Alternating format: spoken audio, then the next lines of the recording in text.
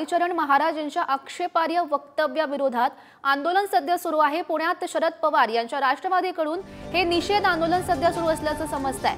कालीचरण महाराज यांच्यावर गुन्हा दाखल करून अटक करा अशी मागणी आता ही करण्यात येते। महत्त्वाची बातमी आपण पुण्यामधून पाहतोय। तर कालीचरण महाराज यांनी आक्षेपार्ह वक्तव्य केलेलं होतं आणि त्या वक्तव्याविरोधात हे आंदोलन सध्या सुरू आहे।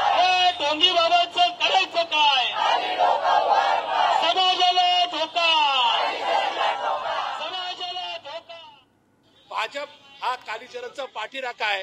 हा भाजपचा ढोंगी बाबा आज आमच्या पुण्यातल्या महाराष्ट्रातल्या देशातल्या किंवा विश्वातल्या मुलींना आणि महिलांना उपभोगी वस्तू समजतोय।